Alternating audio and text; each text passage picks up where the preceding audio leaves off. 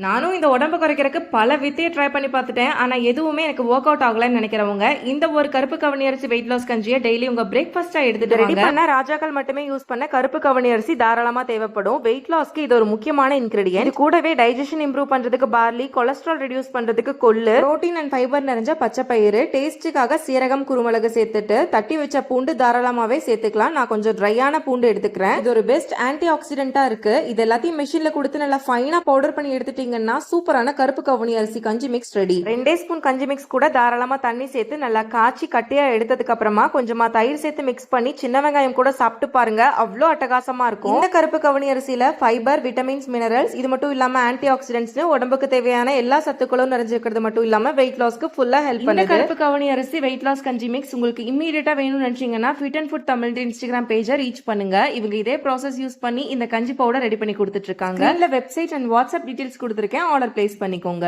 பாய்.